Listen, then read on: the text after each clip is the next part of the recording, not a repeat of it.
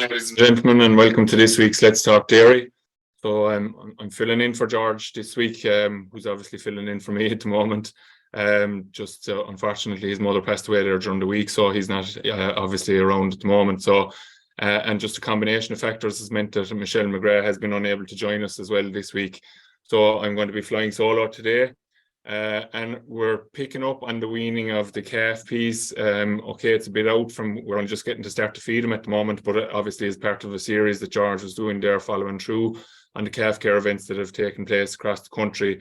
We're just picking up on that piece. And I suppose the real reason for talking about weaning in relation to calves is probably driven by the kind of the proliferation is probably too strong a statement on it, maybe depending on where you are, maybe you might agree with it. But summer scour syndrome is something that is becoming very common. And I suppose just to explain what summer scour syndrome is, summer scour syndrome is basically rapid onset of diarrhea, etc. in calves, and they get very, very sick very quickly. I suppose to date, there's been no identification of any infectious agent as a cause of it. And in some cases, it can often be considered to be another disease for a period of time before it's actually diagnosed. What tends to happen is that calves get quite sick, obviously, and start to scour, but they also get an inflammation and scabbing around the mouth as well, which makes it very difficult for them to eat and to drink as well. And as a result, obviously, they'll have rapid weight loss associated with it. So the vet labs have looked at a lot of cases in the last number of years, obviously, where these animals unfortunately do die. They have been examined and so forth. And there's no clear cause associated with this in terms of, as I said, an infectious agent. So the suggestion is that it's generally seeming to be associated with where calves are grazing quite lush pasture. And the fact that calves are selective grazers is also an issue around the fact that they're probably picking off the best of the grass where they're in lush grass already, which means that they're really not consuming any level of fiber. And as a result, there's a very acidic nature developing in their rumen. Then the suggestion, I suppose, why we're talking about it in terms of the weaning side of things is that the calf, it's a possibility that people, and it's not necessarily true, but it's one of the causal factors that has been identified, is that people may potentially be weaning calves with their rumen slightly underdeveloped, and it's just a kind of a back to basics has been the theme of the calf care events this year. So I suppose it's just a refresher in relation to that element of calf rearing. So just the importance of weaning management as such. So I'm just going to share two slides with you today in relation to this management at weaning slide here, and these have been presented at the calf care events with the last couple of weeks. So I suppose just to go through this in terms of management at weaning, and as I said, I've already spoken about the detail behind scour syndrome in summer scour syndrome here and what it causes. So I suppose just to come through the whole process of actually weaning the calf in the first place, and I suppose how we're trying to develop that rumen during the process of the milk feeding period, okay? So very clearly and very obviously to most of you, or to everybody, is that milk is a very important part of the early life of the calf, obviously. Get quite good growth rates there. Obviously the KPIs would be, one of the KPIs is that they can be doing 750 grams a day. So we are, I suppose in general, we talk about trying to do 0.7 of a kilo for every day of life, basically, to get them on target and so forth in the longer term. But during the milk rearing period, they can grow quite rapidly. And I suppose the objective would be that we would be trying to double birth weight in a lot of cases. Now, birth weight can vary quite significantly. And then the weaning weight, obviously, that is an important factor as well then as to when we wean them to make sure that they achieve their target weights long term. However, what we have probably found is that some of these calves are actually being weaned at the target weights, and then they're getting exposure to summer scour. And I suppose what we probably haven't a real good handle on is the impact of that summer scour in the longer term. So we know that pneumonia in early life can obviously have an impact on lung function, and obviously has been shown through research to have an impact on production into the long term. And there's probably many studies there that are showing that the scour isn't the greatest attribute to have in the background as a calf in terms of your function long term, either potentially that may be impacting on lifetime performance as well. So anything that we can do to avoid any upsets along the road are important. So the milk piece of the diet is very important in early life. What we're trying to do there, like I suppose what the reality of it is that the calf is very like a pig basically, or ourselves even, I suppose, in terms of their early life phase, because when they're born, their rumen is quite small, probably barely the size of my fist here, as you can see there. And we need to develop that, and that takes time to develop. And how we do go about doing that is important in terms of getting the development of it to the level that we need it to. So the milk obviously plays quite an important role in terms of providing the nutrition for the animal in that early stage of life, because the rumen isn't in a position to process any significant quantity of concentrate or hay or straw in order to deal with that. And then you can see there the next point, like that obviously offering starter and fresh water from the first week of life is very, very important. And the reason for that is that if you were to go to the abattoirs following the slaughter of animals, which we have done in the past for different trials, and you examine a rumen, or if you just look on the internet there, and you'll find photos of undeveloped rumen versus developed rumen. And the undeveloped rumen is generally, in the cases of calf, will be shown as being a calf that's on a milk diet. So your fairly significant veal operations would be operating on that. They're obviously milk with a certain amount of concentrate predominantly. And that means that rumen really never develops dramatically, because what you're depending on is the actual fermentation process taking place in the rumen to help develop the papillae, as they're called, in the lining of the rumen. And the best way I can describe the papillae of the lining of the rumen is if you were to take the inside of a football, the bladder of a ball, basically, that's what the rumen looks like, a smaller version of it when a calf is born initially. And then over time, as it develops and the fermentation acids from the starter concentrate combined with the water start to develop and so forth, that bladder starts to move into folds, and you'll get kind of finger-like projections coming from the rumen. And what that does is, and it's a very important element of it, is it's increasing the actual surface area of the rumen. So you can see if you were to take it that's part of the original stomach, and then we move to this type scenario, you can see that our absorption area is increasing quite dramatically, or our ability to absorb nutrient is going to increase quite dramatically. So it's very important that we can do that, and the way we can do that is by offering coarse starter ration and fresh water from a first week of life. And studies done not so long ago, and I actually saw Aidan Brennan even mention it there recently in the journal, I think last week or the week before as well, that it's surprising probably in a lot of cases on farms that there isn't necessarily always a fresh supply of water available to calves, and that people are actually depending on maybe bringing water to the calves by bucket or something, to the smaller baby calves, we'll say. And ideally, that's something that needs to be addressed, because you need a significant volume of water. And I suppose initially it's not critically important, I suppose, in that first week, in terms of the quantity of water that they're going to consume. But where it is an issue, I would see, and you see it with calf troughs anyway, is that buckets will obviously be at ground level, and the chances are that animals are going to defecate into them, so that you're now drinking a very dirty source of water, which may contribute to other factors such as maybe bloat as well, because if calves are consuming bacteria, the bacteria can be kind of processed in the stomach and trigger bloat incidences possibly as well. So fresh, clean water is important. It's important for adult animals, and it's equally important, and maybe even more so important, for young animals. So that pre-weaning diet is very important in terms of that transitioning across. And I suppose calves like consistency. They like consistency in terms of the times that they're fed within reason. They like consistency in the product that they're fed, in terms of that it's mixed at the same concentration, that the temperature is generally the same, and I suppose ideally we don't like to be chopping and changing. And I suppose the recommendation is always there to check, especially with the calf feeders, to check if you change to a new batch of calf milk replacer. We'll say that between, even though it's the same product you might be feeding, that the concentration may vary slightly depending on the batch, so that you need to adjust for that. And that's all just to keep things moving on an even keel. And the time piece is important. Liam Gannon from Volek would have spoken on a webinar during COVID there in relation to bloat, but that time piece is important in terms of giving the calf a chance to process the milk and move through the stomach in an orderly fashion, we'll say, before extra milk goes in. And where that chance isn't given, there can be a buildup of milk in the abomasum, which can trigger bloat incidences in some cases. So that pre-weaning diet is important. So you want to wean calves gradually.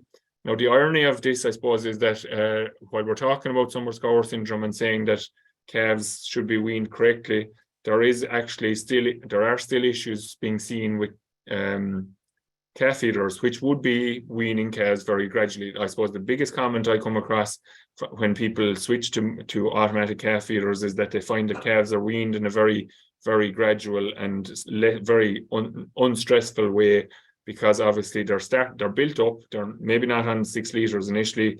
They get to 6 litres quite early in the profile, and then they stay at 6 litres for a number of weeks, and then they start to gradually move down the scale until such point that they're actually not getting any milk at all, so that they're being dropped down bit by bit. And as a result of that, they're actually getting used to the fact that they're not getting as much milk. They're beginning to compensate in terms of the concentrate that they'll start to consume at that stage. And as a result, they kind of wean in a very gradual and, as I said, with no stress. And that's quite a good scenario. But however, I suppose the catch there maybe, or the question mark there then, is how is it that some of these calves then proceed to get summer scour syndrome subsequently? And I'll deal with that in a second, I suppose.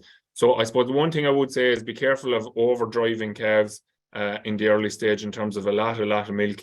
Obviously, if I'm full on after eating a lot of cake, I'm not going to eat my dinner kind of scenario.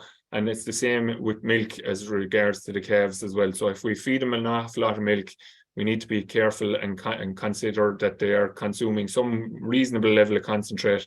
And ideally, they need to be, as you can see here, eating at least, and I'll emphasize the at least 1 kilo of concentrate per head per day by the time they're being weaned. So we do need to try and trigger that to take place. So some people will be using some power, would say maybe the power ad lib feeders or the Liscarl feeders or whatever, maybe giving milk ad lib in some cases, obviously from a labour point of view. But it's important that there's kind of a process of dropping them down bit by bit to start to drive that intake of concentrate to compensate for the reduction in the milk. So a lot of people will just maybe stop the access to the milk overnight or during the day or whatever. And that triggers the increase in concentrate intake at that stage. So it's important that people do that in those scenarios. And then if we're in the bucket feeding scenario, we obviously have to reduce down the volume of milk that's been fed as well. So moving calves to maybe once a day, maybe reducing down the quantity of milk over a period of time, whatever works for people best, I suppose. In a lot of cases, you generally get people stop the evening feed maybe, and then after a week or 2 weeks, they'll stop feeding milk completely at that stage.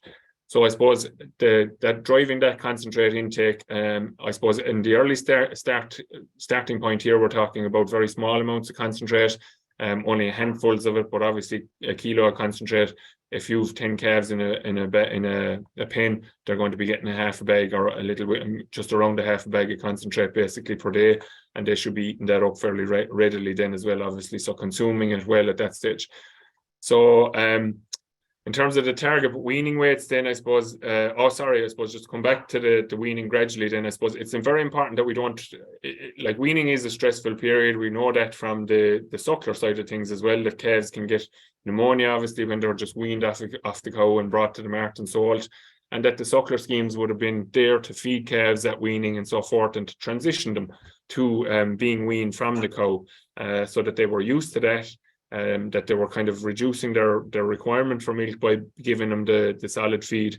And as a result, the weaning of animals improved dramatically with those. So it's important that we transition animals correctly and we don't do too many changes at the one time. So if we change them from twice a day feeding to once a day feeding, we shouldn't be doing anything dramatic at that stage, because it's a stressful period for them there for 2 or 3 days. And as I said to groups that I've done these walks with in the last couple of weeks, like you're still going to be going into the calf house to feed other calves in that group, in that shed probably, and those calves are going to see you coming. They're going to expect milk. You're not going to give it to them. They're going to be stressed out a little bit over that, and they're going to be a bit anxious as a result of it. So you wouldn't want to do anything else, because their stress levels and cortisol and all those hormones and so forth that will rise up, and we just need to leave them settle again before we do any other change. And the same is basically if we take them off the milk completely, then we don't want to turn them out the same day.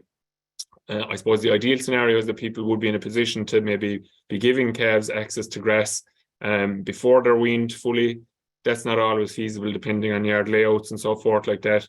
But basically, if you take calves off of milk today, they shouldn't be going out to grass tomorrow. They need an adjustment period again to get ready for that. So keep them on the concentrate and the hay and the straw at that stage, and then move them onto the grass and maybe even and keep the straw available or the hay available at that stage. Then again, and they'll still be getting their concentrate, and you're just not making too many dietary adjustments in one go, and that will help to wean the calves and minimize post-weaning checks as well.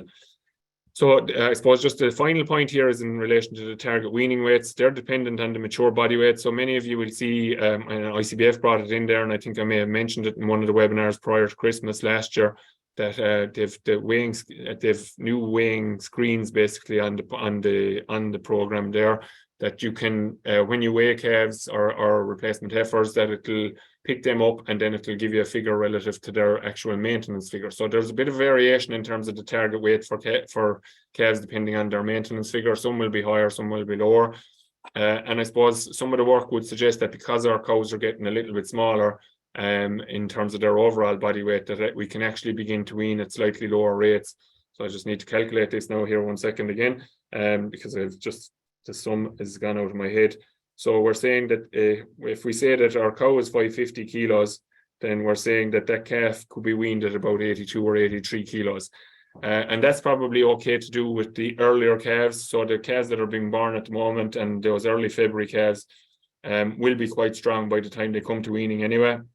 And they can be weaned off at that stage. I suppose we would be suggesting that any later calves, and maybe especially later born calves in March, April calves, would probably be carried a little bit longer on the milk diet, maybe to get them to wean at higher weights to try and close the gap on the older calves, so that you have a more even bunch as a result then when it comes to grazing and so forth, and just ease of management longer term. So just to finally pick up on the summer scour piece, I suppose if we've done all of this right, it's going to be very disheartening to be hit with a dose of summer scour. As I said earlier, the cause is unknown. What are the key steps to prevention? So we've talked about one of them in particular in terms of that weaning diet. So if we can get that piece right, the next piece that's left for us to deal with is the pasture management piece. So I suppose the suggestion is maybe that the type of grasses that are growing now, very rapid growth. We've seen issues around mineral nutrition in dairy cows, obviously, as a result of rapid growth, maybe in different spells during maybe April, May, June type, April, May predominantly, I suppose. And the same is kind of impacting on calves, maybe that they're on very lush, high quality grass.